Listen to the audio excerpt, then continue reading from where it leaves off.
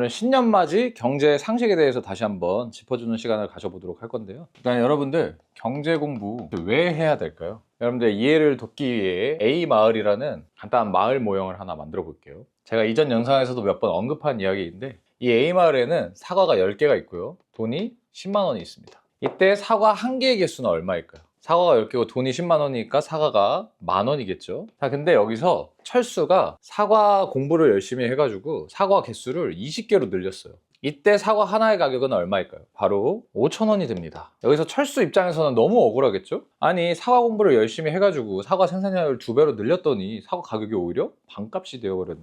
이런 A마을 같은 곳에서는 아무도 열심히 살려고 노력하지 않을 겁니다. 그러면 A마을 관리자 입장에서는 이대로 두면 큰일이 나죠. A마을 관리자 입장에서는 어떻게 해야 이 문제를 해결할 수 있을까요? 바로 사과가 는 만큼 돈의 양을 늘려주면 됩니다. 이게 바로 여러분들이 경제 공부를 해야 하는 원초적인 이유입니다. A마을 관리자 입장에서는 사람들이 열심히 살게 하기 위해서 반드시 돈의 양을 늘릴 수밖에 없는 숨은 구조가 존재해요. 자, 마을에 존재하는 물건의 양이 증가하는 만큼 뭐가 증가했죠? 바로 돈의 양이 증가했습니다.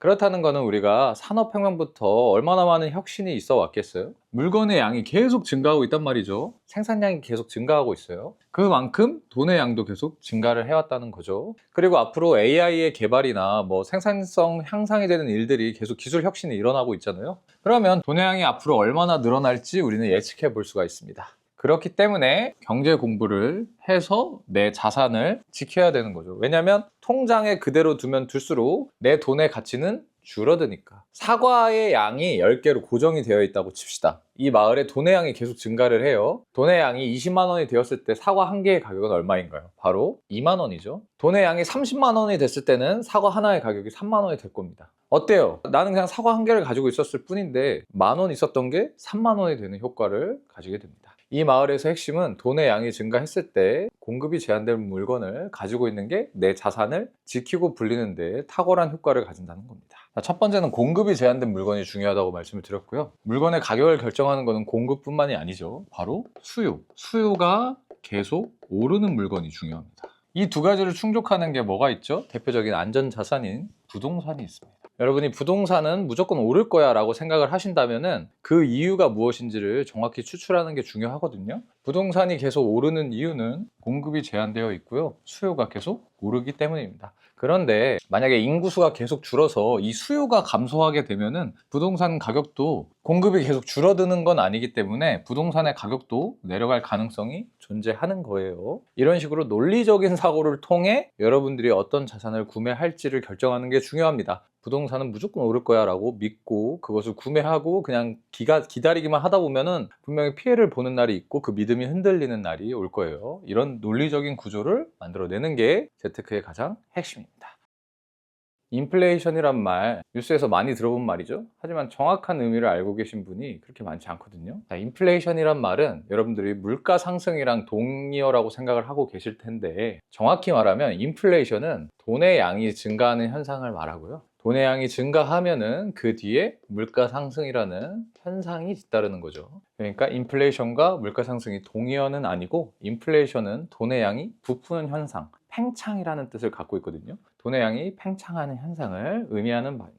자, 그렇다면 디플레이션은 무엇을 의미할까요? 반대겠죠. 돈의 양이 시중에 풀린 돈의 양이 줄어드는 현상을 의미하는 거고요. 시중에 풀린 돈의 양이 줄어들면 물가가 감소하겠죠. 아까 A마을 모형에서 우리는 이런 현상이 왜 일어나는지를 확인을 했습니다. 자, 인플레이션과 디플레이션은 돈의 양과 관련된 이야기고요. 돈 하나의 가치가 또 따로 있을 수 있잖아요. 예를 들어서 우리가 숫자로 보기 때문에 이게 어려운데 그냥 만 원이라는 어떤 물질이 존재한다고 생각을 해볼게요. 이 만 원의 가치가 올라가면은 표면상 만 원이라고 쓰여 있을지 몰라도 이것은 1.5만 원의 가치를 가질 수도 있는 겁니다. 이때 만 원 한 장의 가치가 오른 거라고 볼 수 있겠죠. 제가 이 말씀을 왜 드리냐면 금리라는 것을 설명드리기 위해서인데요. 인플레이션이 일어나서 물가 상승이 일어났어요. 정부는 이것을 막을 의무가 있죠. 정부가 막을 수 있는 방법은 아까 말씀드렸다시피 돈의 양을 줄이는 방법이 있겠고요. 돈 하나하나의 가치를 올리는 방법이 있겠죠. 그것이 바로 금리를 올리는 방법입니다. 자, 여러분들 금리는 이자예요. 돈 100만 원을 주고 그것의 대가를 받는 행위, 그것을 이제 이자를 받는다고 하는데요. 그게 바로 금리죠. 그러니까 금리라는 말은 돈의 가치랑 동의어예요. 자, 여러분들, 이자를 더 많이 쳐준다는 거는 빌려준 돈의 가치를 그만큼 인정해 준다는 거죠. 높게 인정을 해주는 겁니다. 그러니까 금리가 올라가면 자연스럽게 돈의 가치가 올라갈 수밖에 없죠. 그러니까 인플레이션으로 돈의 양이 많이 풀렸다면 그만큼 돈의 가치가 줄어드는데, 그로 인해 물가 상승이 일어나는 거고요. 그것을 막기 위해서 금리, 즉 돈의 가치를 억지로 올려주는 거죠, 정부가. 그러면 금리를 올려서 물가를 떨어뜨릴 수가 있는 거죠. 자, 여기까지 이해되셨다면, 금리가 오르면 보통 주식시장이 가장 영향을 많이 받거든요. 주식시장이 떨어져요. 금리가 오르면 왜 주식시장이 떨어질까요? 금리가 오른다는 건 돈의 가치가 오른다고 말씀을 드렸어요. 돈의 가치가 오르면 돈을 어떻게 하고 싶어져요? 돈을 더 가지고 싶어지겠죠? 돈을 더 갖고 싶은 욕망이 생기게 됩니다. 그러면 가지고 있는 물건 중에 빨리 현금으로 바꿀 수 있는 거를 현금으로 바꿔야겠죠. 왜냐면 그만큼 현금의 가치가 오를 거니까. 그 중에서도 주식은 현금으로 바꿀 수 있는 가장 쉬운 자산 중에 하나예요. 그렇기 때문에 주식시장이 가장 영향을 빠르게 받는 겁니다. 그래서 가지고 있는 주식을 현금으로 바꾸는 게 쉽기 때문에 너도 나도 현금으로 주식을 바꾸기 때문에 주식을 빠르게 팔다 보면은 조금 더 낮은 가격에 팔고 싶어지겠죠. 왜냐면 높은 가격으로 팔면 안 팔리니까 얼른 현금으로 바꿔야 되는데, 그럼 염가로 판매하게 되는 거예요. 그럴수록 주식시장이 전반적인 가격이 떨어지게 되는 거죠. 물론 이것을 이미 알고 있는 사람들이 많기 때문에 선반영이라고 하는 현상이 이 주식시장의 가격을 떨어뜨리는데 일조하게 됩니다. 자, 여기까지 아까 A마을 모형을 통해서 여러분들이 경제 상식이라고 할 수 있는 어떤 단어들을 하나하나 차례차례 살펴보았는데요. 핵심은 별거 없어요. 여러분들의 자산이 그냥 현금으로 통장에 있을 경우 가만히 놔뒀을 때 반드시 나라의 생산성이 증가하고 물건이 많아짐에 따라서 정부는 자연스럽게 돈을 많이 뽑을 수밖에 없고, 사람들이 열심히 일하게 하려면 아까 그 방법을 사용할 수밖에 없다고 했죠. 그로 인해 내가 현금으로만 자산을 확보하고 있다면 그 자산은 반드시 가치가 떨어지게 됩니다. 그렇기 때문에 다른 공급이 제한된 물건 혹은 수요가 계속 오르는 물건으로 바꿔두는 행위, 이것을 재테크라고 하는 거죠. 여러분들이 재테크를 해야 하는 이유는 돈을 많이 벌기 위해서라기보다는 여러분들이 가진 돈을 지키기 위함입니다.